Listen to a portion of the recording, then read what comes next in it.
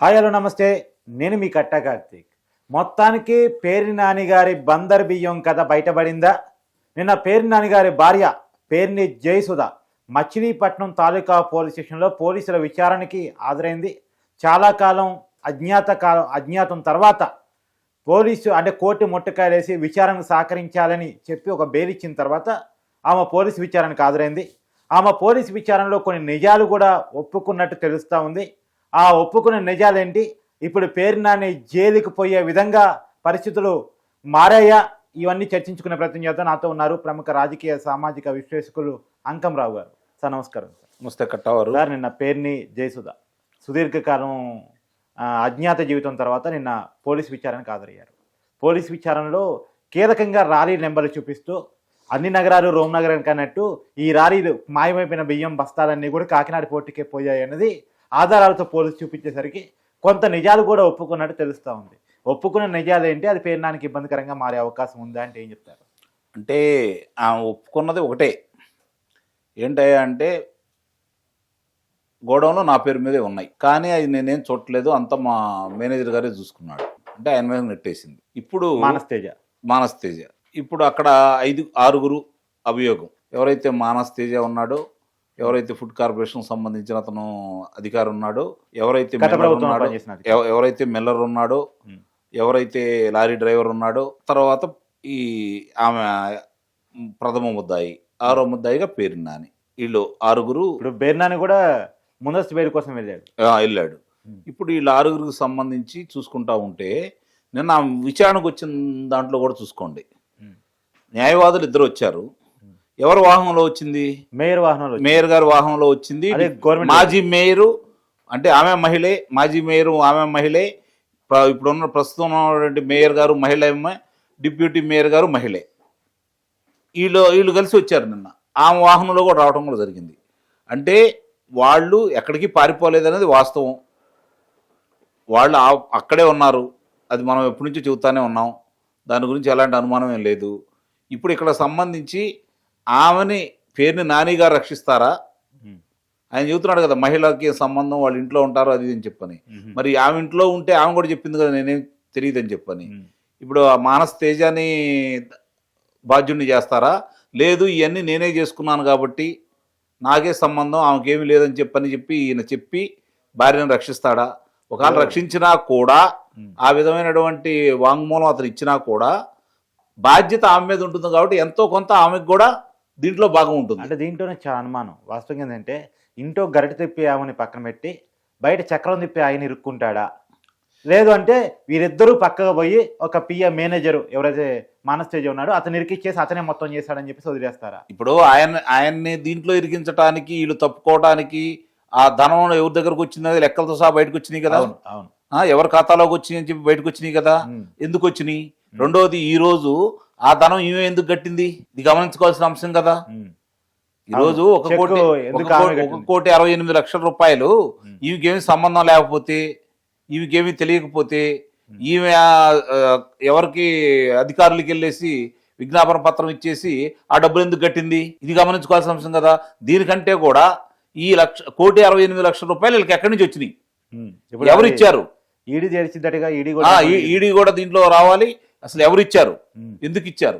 దాంతో పాటు ఎన్నికలు అప్పుడు చూపించిన డబ్బా కాదా, ఎన్నికలకు సంబంధించి ఒకవేళ ఆ డబ్బులు దాంట్లో లేకపోతే వీళ్ళు అప్పు తీసుకుంటే ఎక్కడి నుంచి అప్పు తీసుకున్నారు?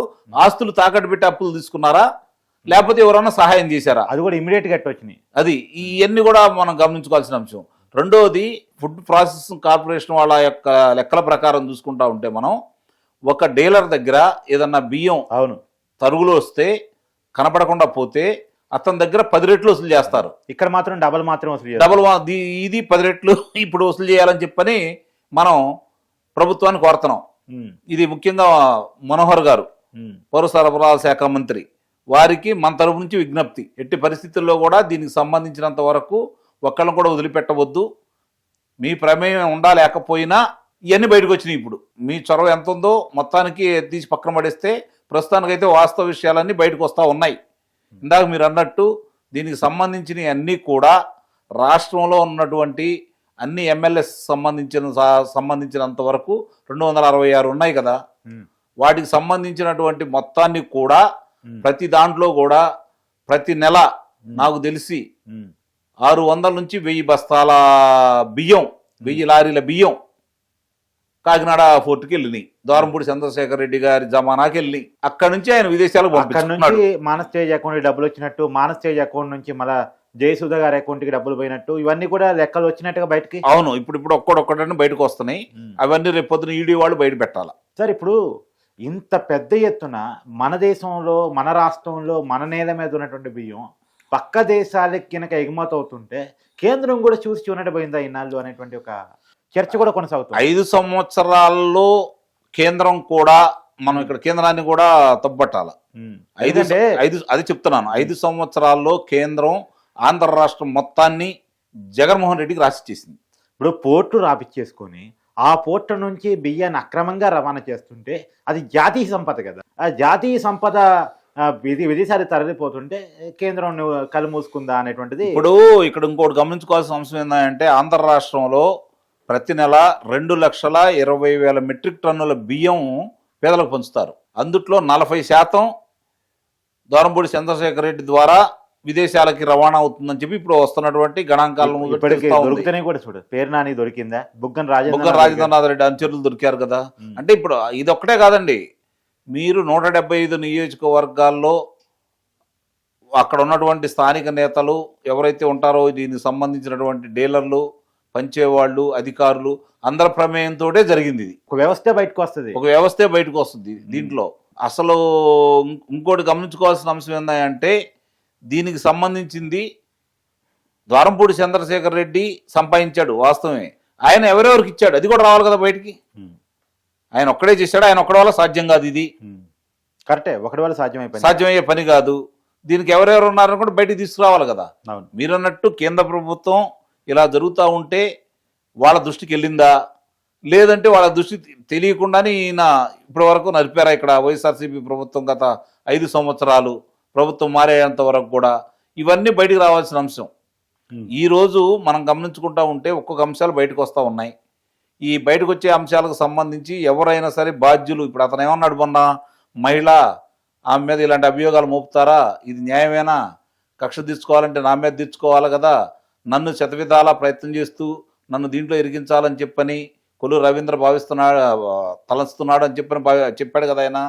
నిజంగా కొల్లు రవీంద్ర అనే వ్యక్తి గనక నీ మీద కక్ష సాధింపు చర్యలో భాగంగా గనక ముందుకెళ్ళినట్టయితే అధికారంలోకి వచ్చిన 3వ రోజే నిన్ను అదుపులో తీసుకునేవాళ్ళు.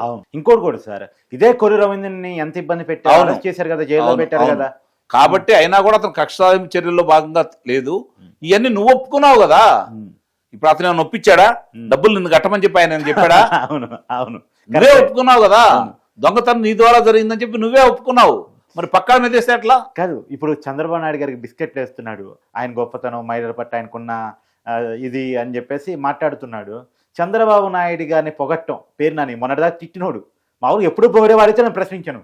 కానీ మొన్నటిదాకా పవన్ కళ్యాణ్ని, చంద్రబాబుని వ్యక్తిగతంగా ప్రెస్ మీట్ పెట్టి జగనన్న స్క్రిప్ట్ ఇచ్చి చదివినోడు ఇవాళ పొగట్టం అనేది ఎలా చూడాలి? వాళ్ళు మొట్టమొదటి నుంచి కూడా ఒక ప్రణాళికబద్ధంగా పోయిన సరే విజయసాయి రెడ్డి పవన్ కళ్యాణ్ గారిని పొగిడాడు. అవును, ఇప్పుడు ఈ పేరు నాని అనే వ్యక్తి చంద్రబాబు నాయుడు గారిని పొగుడుతున్నాడు. అంటే పొగడతలు పడతారనా? అంతే కదా, వాళ్ళు అనుకుంటున్నారు పొగడతలు పడతారు అని. ఇప్పుడు నువ్వు నేర్పిన విద్య నీరజాక్ష అని చెప్పని చట్టం తను బలిదానం చేసుకునే క్రమంలో ఈ రోజు ఎవరెవరు బాధ్యులో వాళ్ళందరూ బయటకు వస్తారు. సార్ నాకు ఒక డౌట్, బాలశౌరి రేవంత్ రెడ్డిని కలిసినందుకు ఎంపీ టికెట్ ఇవ్వని పో అన్నాడు జగన్మోహన్ రెడ్డి. వీళ్ళు అంతగానో ఒక ఆయన పవన్ కళ్యాణ్ పోడుతున్నారు, చంద్రబాబు నాయుడు పోడుతుంటే జగన్మోహన్ రెడ్డి పరిస్థితి ఏంటి? ఇప్పుడు ఆయన చెప్తేనే కదా వీళ్ళు మాట్లాడేది. వాళ్ళ అనుమతి లేకుండా వీళ్ళు మాట్లాడతారా? పోవడం చెప్తున్నాడా? అంతే కదా, ఆయన అనుమతి లేకుండా వీళ్ళు అంత స్వతంత్రంగా మాట్లాడే శక్తియుక్తులు వైఎస్ఆర్సీపీ పార్టీలో ఉన్నవాళ్ళు ఒక్కడ చూపించండి, ఒక వ్యక్తిని చూపించండి మీరు. అంటే ఇప్పుడు ఆయన కంట్రోల్లో ఉన్నారా అనేది కూడా డౌట్ అండి. ఆ పార్టీలో ఉన్న వాళ్ళందరూ కూడా ఆయన అదుభాగ్యంలో ఉన్నవాళ్ళే. ఎక్కడ సార్ కేతిరెడ్డి ఆయన మాట్లాడగానే అంత తొందర ఎందుకు వచ్చింది నీకు అని చెప్పేసి డైరెక్ట్ గా వీడియో చేస్తుంటే జగన్మోహన్ రెడ్డి విమర్శిస్తూ. వాస్తవమే అన్నారు, ఆయన మీద చర్యలు తీసుకున్నారా? లేదు కదా. తీసుకున్న పరిస్థితి జగన్మోహన్ రెడ్డి ఉంటే ఒకప్పుడు లెక్క గట్టిగా ఉన్న పరిస్థితి పార్టీకి లేదు కదా. కోళ్ళ నాయకులు వెళ్ళిపోతున్నారు, కార్యకర్తలు వెళ్ళిపోతున్నారు. పక్కన ఆయన ధర్నానగానే అవును శ్రీనివాస్ రాజీనామా చేస్తాడు. అవునవును. ఇంకోటి చెప్పగానే కన్నబాబు నేను ఉన్నాను పార్టీలో అంటాడు. అవును, అదే పరిస్థితి. ఇప్పుడు పరిస్థితి వాళ్ళకి అర్థమైపోయింది. అవును, ఒక భయంతో నాయకులు ఉన్నారు ఆయనమాట. భయం, ఆప్షన్ లేక కూడా. అవును, భయం ఒకవేళ ఉన్నా కూడా ఎందుకు లేవు, అప్పుడు పార్టీలు ఉన్నాయి కదా. భయం, మళ్ళీ వస్తామో రావాననే అపనమ్మకం వాళ్ళకి. మనమే అధికారంలోకి వస్తారేమో మళ్ళీ జగన్మోహన్ రెడ్డి, అధికారంలోకి వస్తే మనం కాదని బయటికి వెళ్తే ముందాళ్ళని చూశారు, వాళ్ళ బాబాయిని చూశారు, రఘురామకృష్ణరాజు గారిని చూశారు, అచ్చెన్నాయుడు గారిని చూశారు, వాళ్ళ పార్టీలో ఉన్నటువంటి లోక్సభ సభ్యుడు సత్యనారాయణ చూశారు. ఇంతమందిని చూసిన తర్వాత వాళ్ళు ఎలా అనుకుంటారు చెప్పండి? కోటమిరెడ్డి శ్రీధర్ రెడ్డి గారు కావచ్చు, లేకపోతే మామూలుగా ఆనం రామనారాయణ రెడ్డి గారు కావచ్చు, చూశారు కదా కళ్ళ ముందు. మరి చూసిన తర్వాత ఎలా ఉంటుంది వాళ్ళకి? ఆ మాత్రం భయం, ఆ భయాన్ని ప్రజలకు కూడా పరిచయం చేయాలనుకున్నాడు ఆయన. కాకపోతే నాయకులు భయపడ్డారు, ప్రజలు సమయం సందర్భం చూసుకొని కీలెరిగి కర్రు గాల్చి వాత పెట్టారు. Thank you sir.